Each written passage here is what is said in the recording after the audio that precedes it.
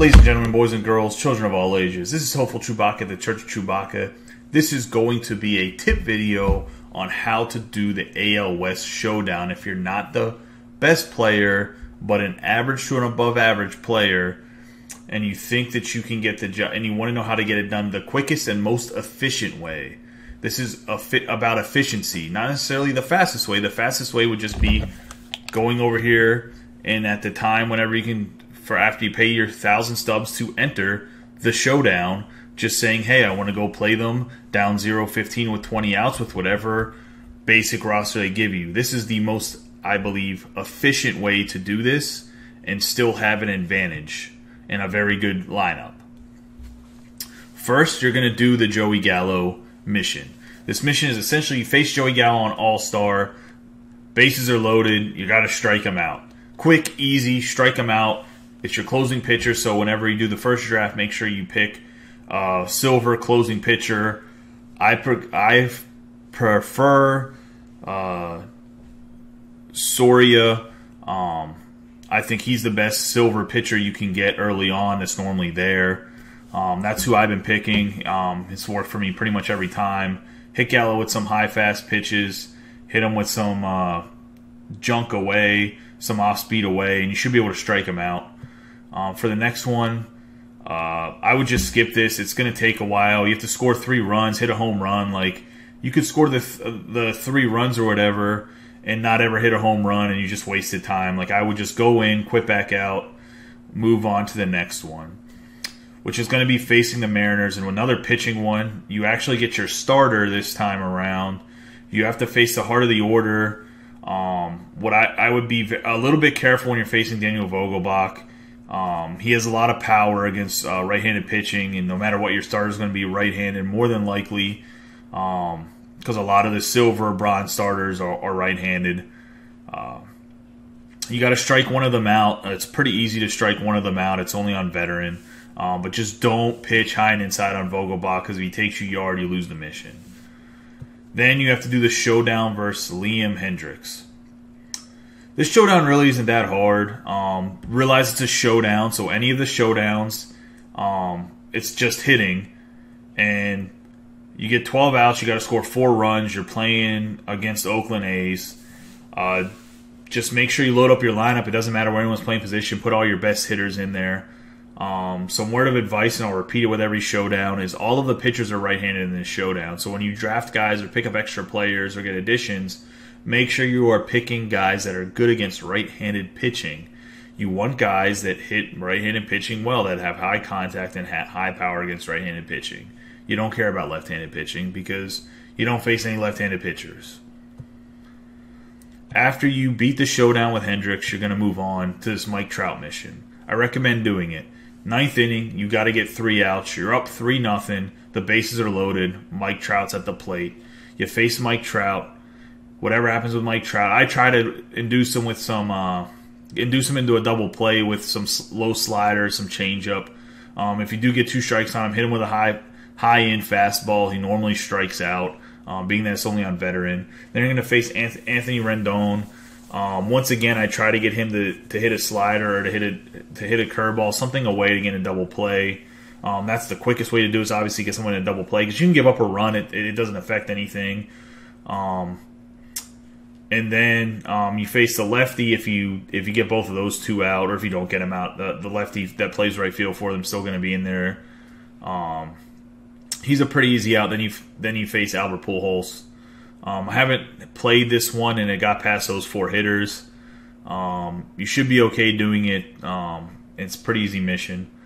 The next mission is against Manea. I wouldn't do it. You have to get two extra base hits, score 4 runs in like 3 innings. It's just not worth the time commitment you have to do for what the reward is. Like, you get a silver batter, who cares? Like the reward's not worth the amount of time you have to put in. We're about efficiency here. We're about doing this as quickly as possible while still having an advantage for a player that's an average player.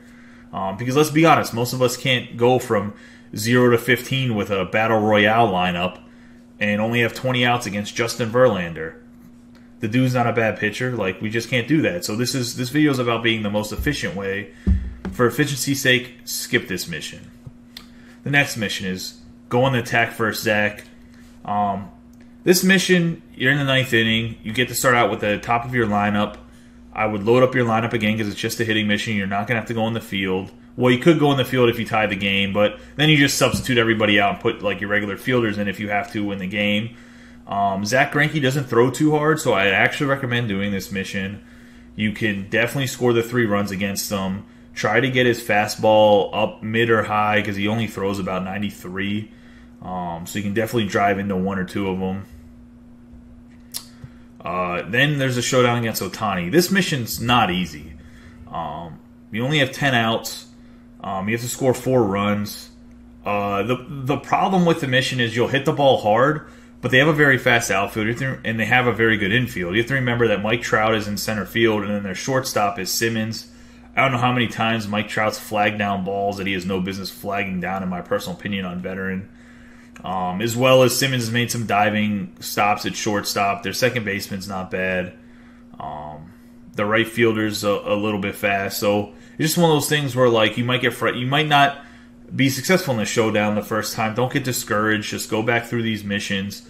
Honestly, if you end up having to do like go back through these some and you get stuck at Shohei Ohtani mission showdown every once in a while, you're still actually making decent XP stubs and getting essentially a free pack. Like if you make it back to Ohtani every time, you're making about 300 stubs and getting a free pack out of it, to be honest. Because it's $1,000 stubs to get in, 100 stubs, plus 700 would be 900, plus 100 stubs gets you back to 1,000, plus 100 stubs. So you're making 100 stubs and getting a free pack if you make it to Otani and crap out here. What's nice about this mission is once you complete this one, you get a diamond perk and a diamond AL West player. And the AL West player can be any diamond of a player that's in AL West. It's not live series, so you can get a possible chance to try out some of the legends or some of the prospect cards, which is kind of nice. That's one of the nice features I think of these showdowns in general. You get to play with some cards you might not normally get to play with. The next one is this Lynnsanity one. You have to get 2 extra bases. I would skip it just because like you could score the 3 runs in the first 2 innings, but if you don't get the extra base hits, like you might not be successful. It's just not worth, I think, the time investment to possibly still fail the mission, even if you're mashing the ball. The next one is to shut the door with a bang. I think SDS kind of put in a little funny Easter egg here because it's against the Astros, hence the banging on trash cans. Anyway, if you beat this mission, you're up 3-0 in it with a lead going at the bottom of the 8th inning. You got to face the top of the order, the Astros. They have a man on first and second, I believe. I've had not too much trouble with this mission, but they will probably score a run here or there because they do have a good lineup. And your pitchers really shouldn't be that great because you're focusing on hitting when you're drafting and adding players. You do get a Diamond AL West player, which is important, and a Diamond perk. The next mission I'd also recommend at least trying. You're in the 8th inning. It's 0-0. You're playing some of the best AL West. You got to pitch and hit. So I would make sure that your fielding set up and that but your lineup should be pretty set with guys that can be kind of moved around a little bit. Remember, guys like Joey Gallo, if you get him, can play first base or third base. Another good guy I'll show you in a second whenever I go look at like who I have for this particular run on this showdown. Like what guys I think are really good because they can play like a lot of positions, which will help just not have to switch stuff around, or just in general whenever you're doing this when you have to play both sides of the ball, both sides essentially you gotta pitch and you gotta hit. This is another good one because you get a Diamond AL West player and a Diamond perk. By doing this, you'll be down 8 runs with 20 outs to have to face Verlander. I think that it's very doable if you have to get 11 runs, which I've been in that situation before where I failed some of these ones I got check marks on. And I just said, screw it, we're going to do it anyway. And I was successful. One time I wasn't. So by the time I got here, I probably tried to do this total about 8 times. I've gotten to Verlander. This is the 4th time I got to Verlander. I'm 2 for 1 on Verlander. The only time I didn't do the Verlander one was whenever I had to score 9 runs because it was 4-15 and I missed it by a run. My advice is remember that this is just a hitting thing, so if guys are out of position, it doesn't matter. On top of that, the biggest thing is if you get into a little bit of a slump, let's say you hit into 3 or 4 outs in a row, put the controller down, walk away, go get some water, go to the bathroom, do anything to just loosen up your hands a little bit, and then come back and try to bang out the last couple runs. Now next is we're going to go to what my squad looks like for this run. You should have something similar to this at the end of your run when you have to face Verlander, because you're going to get the diamonds and stuff. You might not have these exact players, because I think this is one of the luckier runs I've had when it comes to getting diamonds and getting Joey Gallo, because Joey Gallo, obviously in himself, he just has a lot of power, and so does Matt Olson. But as you can see, I have him playing shortstop, Ramon Laureano, because it doesn't Laureano, because it doesn't matter where he's playing. I like his swing a lot. I think he's a pretty smooth swing, and I just get a lot of hits with him. So I have him leading off. He's a little bit fast. I mean, I got lucky to get Trout, Gallo. You want to focus on guys that hit right-handed pitching well. Joe Adell and another guy. He's catching, like he's not a catcher, but like it's just hitting, so it doesn't matter. What I would say is some of my picks early on that I would take 100% of the time, if you have the option, is whenever you're first picking, bronze card, Sin-Soo Choo. Hits right-handed pitching well, has a pretty smooth swing. He's left-handed, so anybody that has you'll face Joe Smith a couple times in these challenges. He hits Joe Smith pretty well because Joe Smith is a side armor, and it just goes. He's thrown into a lefty, and I just feel like his swing's pretty good. Mark Canha is another guy that has pretty good hitting. He's even with his right-handed bat. Cargo's another guy. And this is the guy right here that I think is probably the most important guy to this run, especially when you have to do some fielding, is he plays the entire infield and that entire outfield. And he's not that bad. He's a switch hitter. You're never going to really have him batting right-handed, but he bats pretty decent as a lefty. And I really like him a lot. If you can get Anthony Rendon early, he can obviously play second base and third base, which helps some.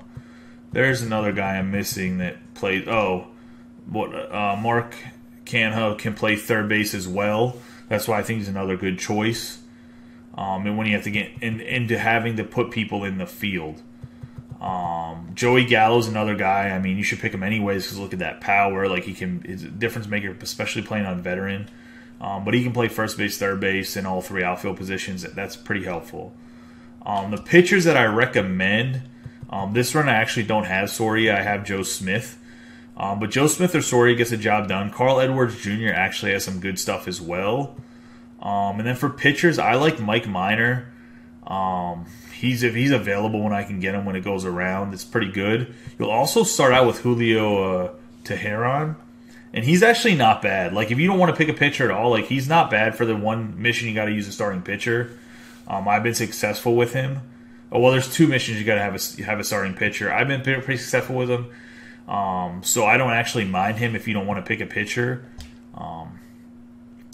But that's kind of what your lineup should look like. Let's go look at the perks now. I think these personally are the 3 best perks. If they're playing with all of them, off the radar is pretty decent if you don't get one of these as a diamond option. So is insider information. Those 2 are probably like B tier. These are the A tier ones. Lifeline, contact with boost with runners in scoring position. I mean, you're doing consecutive outs, so you should have guys in scoring position pretty often. And it gives a pretty good contact boost. And then jumpstart and clear for takeoff work together. They're both on the first 2 pitches. So if you get it, so typically playing on veteran, you're going to get a fastball in the first 2 pitches, and you want to drive that one of those 2 pitches. Jumpstart gets contact first 2 pitches of an at bat. And then clear for takeoff is exit velocity boost, which essentially means a power boost. They work very well together. When I say that you're going to probably get that fast when you want to jump on it, it also makes it more efficient. Like if you're hitting the first 2 pitches, like you're getting through this thing a lot faster. But pretty much, yeah, this is my suggestion of how to do the AL West Showdown and what missions to do and what missions not to do. I'm going to do this whole series. I'm going to do it for all of the showdowns, for all of the divisions. We're starting with the AL West because I'm looking to unlock Joey Gallo first, and then I'm probably going to unlock Matt Olson afterwards by doing these showdowns. The next division, I'll take suggestions in the comments. If anyone wants to see which division of the showdown I should do next, I'll take it in the comments below. I hope you guys enjoyed the content, and I hope you enjoyed this video and it was helpful to anybody that was looking for a suggestion for efficiency, not just the fastest way. I know there's other YouTube videos out there for the fastest way to unlock a Team Affinity. I'm talking about how if you're an average player, that's what my channel's about. If you're an average player of this video game, how to do stuff the most efficiently, how to do stuff well, how to enjoy the game, and how to get the most out of your playing time. Not everybody has 3-4 hours to do stuff, or not everyone's good enough to beat the computer, even on veteran, starting at 0 to 15 with 20 outs in a Battle Royale lineup. Let's just be realistic here. Not everyone's a top 100 player. Like, yeah, those YouTube videos are wonderful, but I think this one will be more helpful to the average player. But yeah, like I said, leave your comments below about what division you'd like to see next. Hit the subscribe button if you enjoyed the content. If you enjoyed the content, come and check me out on Twitch, twitch.tv/HopefulChewbacca. I stream at Monday through Thursday, 8:30 p.m. to 10:30 p.m. Eastern Standard Time. The weekends, my time's vary when I'm going to stream. Anyways, I hope to see you guys there, and I really appreciate you guys watching my videos. You guys have a wonderful day and be safe, and hopefully we get some comments about which division I should do next.